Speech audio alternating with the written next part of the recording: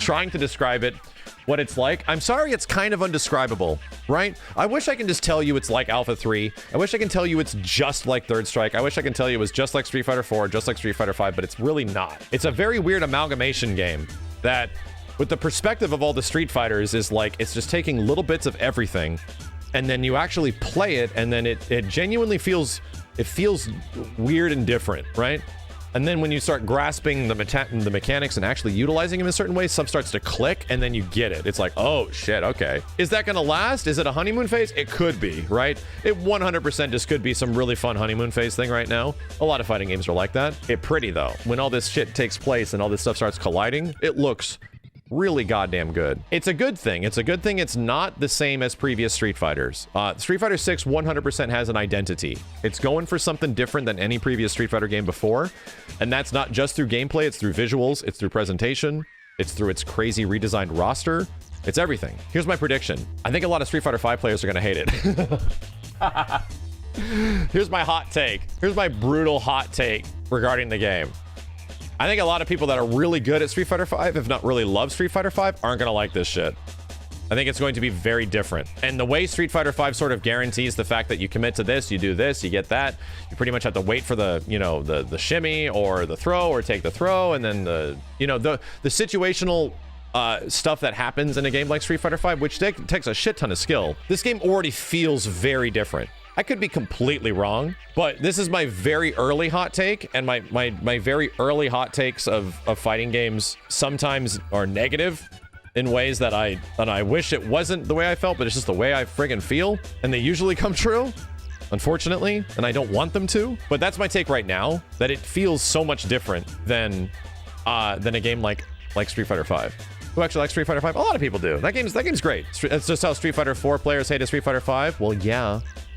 It's almost like they're different games. In the same way Street Fighter 3 players don't like Street Fighter 4. In the same way that Super Turbo players, a lot of Super Turbo players didn't like Street Fighter 3. It's almost like Street Fighter, if there's one thing you can rely on, Street Fighter will change. Street Fighter will reinvent itself every single game, and it will come at the expense of its previous player base to grow a larger new player base. That's literally what Guilty Gear Strive did. The thing most SF fans agreed to hate was new mechanics and rosters. Well, you know, that's everybody. When people are good at something, like when people are committed so much of their time and so many thousands of hours, game was like out for 7 fucking years or something like that, man. We were playing it in 2015. I felt like I was done with Street Fighter 5 by the third beta. I felt like I played it enough. I played enough Street Fighter 5 by the third beta. So by the time the game came out, I was sort of like, I feel like I got enough of this game. And I just wasn't really into it. That could happen with Street Fighter 6, right? That honestly could be the case with this game. But it's a different game, right? It's a different... I don't know how it's going to play out. I don't know how the meta of all this drive gauge stuff is going to evolve. How cool does it look? How much fun is it to do?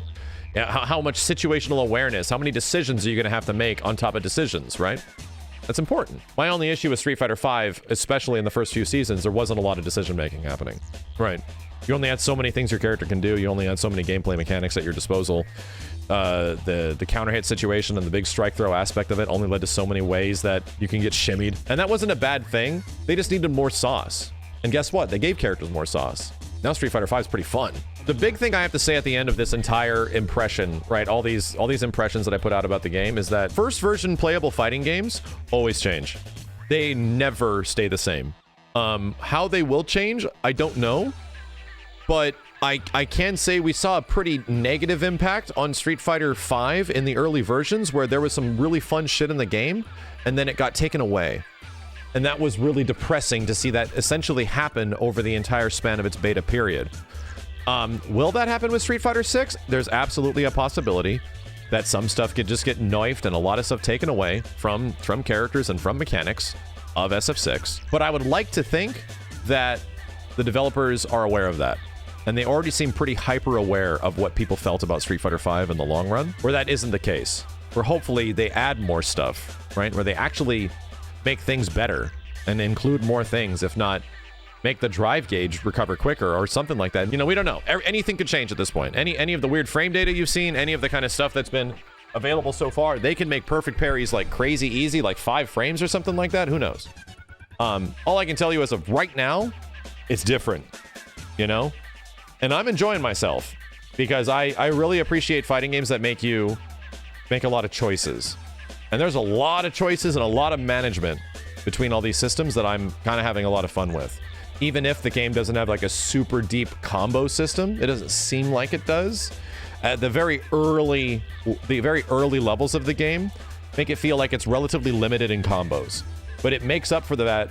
The neutral's more engaging, you know? That the actual mechanics on mechanics lead to a lot of really good stuff. Does it have a lot of like soaking attacks and all that shit? Sure, it does. There's a lot of weird shit going on. It's fun doing new stuff. And it's pretty. Everyone isn't taking into account that it's so fucking pretty. I think you are, actually. I think you are. It's super pretty. Game is gorgeous. Watching characters do all this cool flashy shit. Characters getting smacked around. The game does naturally feel heavy when you play it. The game does feel heavy, but when you start playing it a bit more, it starts to loosen up a bit, and you start figuring out where you are able to put shit and where you're able to like start utilizing mechanics and where you start utilizing EXs. Are some B&Bs and shit going to be the same? Of course. Things are going to lead to optimized combos that you're going to see over and over again. But what happens in between the combos is way more interesting, in my opinion. Street Fighter 3 Third Strike is my favorite fighting game of all time. That is not a combo game. It really isn't. You do low forward super. You do short jab, short super. Target combo super. And that's about it. And then you get some characters that are fucking wild. Like Yoon, you know, that are just combo monsters. You get some characters that really break the system. But it's really not a combo game. What's fun is what happens in between the combos. I think that's what they're trying to take from Third Strike. Really interesting engagements until you get to the combo. And then instead of the combo just being hype, you know, there's some crazy shit that happens before that. That's great, because that's usually where most time is spent. It feels like this is a direct answer to that kind of shit. Did execution feel easier or harder than Street Fighter 5? About the same. No, combos felt about when you had to land them, standing medium, down medium, about the same. Yeah, plenty of the setups were on controller. In fact, multiple setups were on controller. Do you think perfect parry will invalidate zoning? No, because you can't perfect parry zoning. They thought of that. Priority system? No, I didn't get a chance to test that, unfortunately. What was the overall speed? Some characters have really fast walk speeds and pretty fast dashes, but things feel heavy. Like a lot of attacks feel very deliberate, you know? Jabs and shorts are obviously super quick, and some mediums are too, but some things feel very weighted. Is parry too strong and too easy? Is parry too strong? No, because it has some pretty huge weaknesses. Is it too easy? Yes. Is perfect parry too easy? No, perfect parry is crazy hard. Still difficult. You'll get it, you know, when you know exactly what your opponent's doing. You're mostly interested in the modern controller controls. Well, I'll tell you right now, there's a very high likelihood if you're looking to just have fun with the game, the modern controls are going to make you very happy. Modern controls are going to make you feel quite good about the game. If you actually wanted to really learn the character and get better, you will graduate away from the modern controls. You will. If you want to see cool, flashy stuff happen and have fun with your friends, modern controls are awesome. You'll have a great time, but you're locking yourself out of like half your character. So if you really want to, and that's the way it should be. That's honestly the way it should be. Simple control schemes and auto combos and stuff should result in cool stuff happening, but there should always be a reason for you to graduate up to the real way of doing it. So I think that's the point, right? They can show you do all this cool stuff and then you realize, man, I can't do that special. I can't do that. Maybe I should try the basic controls. Maybe I should figure out how to actually do the motions. Do you think it's too slow? It feels, yeah, this game definitely feels slow and heavy at first. It isn't until, once again, you start using a bit of the mechanics and really things start opening up a bit. Where you start to realize, oh, the speed is kind of deliberate. Guile isn't a really combo-heavy character. At least in his trailer, he has a lot of target combos. And there is a lot of target combos in this game, for sure. Every character, I think, has a lot of them. Ryu even has target combos. Do you think an armored move that crushes in the corner if you block is a bit bizarre in a fighting game? Hell yeah! That's what we were saying, man. How weird this, like, burnout state to getting crushed in the corner is. It leads to a lot of really scrambly like moments because that drive impact move is very big, right? It's a big attack that has a lot of armor, but it's also slow. I've had some of those moments happen where I was trying to hit somebody and get them to fall into it, and I was also trying to get out of it too, where I was like in a shitty in a burnout state, right? It's kind of like it gets you on your edge. It's an exciting thing spectator wise, and it's an exciting thing in game when you're put in that situation or you're putting somebody in that situation. So I kind of understand why they do it. It's scary, right? It is scary. I can't disagree with you that the corner is scarier in this game potentially than any Street Fighter game, minus like SF2 Turbo maybe. Can you parry it? You can't parry it because you can't parry. You can't parry when you're in burnout mode. It's scary, man. The corner is fucking dangerous in this game. Charge moves on modern controls are instance? No. No, you still have to charge. Since you hold parries forever until you burn out, how do you shimmy them? Just throw? Yes. That's it. I'm looking forward to seeing Ken. I mean, obviously. Fucking obviously. But considering how much characters have changed, visually and, like, in-game, I'm very curious how Ken is going to be. Does armor for drive impact cost more meter? Nope, it doesn't. Drive impact costs 1 bar, that's it. Whether or not it soaked the hit, whether or not it didn't. 1 bar, you commit to it. Is there any character with a command grab in the build I played? Yes, Jamie has a command grab when he's in level 3, I think? Level 3 drunk state? How many states for drinks does Jamie have? 4. Yeah, once you hit level 4, he goes full install and gets access to all of his moves. Are critical arts in black and white only when it kills? No. That's just Ryu. Ryu's has got a unique black and white Denjin Shinsho when he's under 25% health. And I think it's the same thing for most characters. I think their supers are modified below 25% health. Don't quote me on that because I didn't try it, but definitely Ryu, right? And I think Jamie also has the same situation. Yeah, maybe. I'll have to check. That'll be one thing I try to look at. But there's actually an in-game mechanic for it. Like, there's a normal level 3, and there's your critical art level 3. No shit, like your fatal blow in Mortal Kombat type shit. Drive impacts breaks normal parry? No. Parries beat drive impact. You can perfect parry a drive impact as well. Now, I don't think characters can do level 2 to level 1. It didn't feel that way. It didn't feel like that's how they want it to be used. Not in one combo, you know? Any mechanic that feels like it needs nerfed or buffed? Weirdly enough, I feel like the drive rush cancel might just feel a little undercooked. Drive rush cancel did not really feel like it was worth 3 bars. Is that weird? Maybe if you can do it out of a focus cancel, if you can do it out of a special, but right now you have to spend 3 bars on do like stand HP and then dash cancel into it and do something else. That's really expensive and leads you relatively close to a burnout state.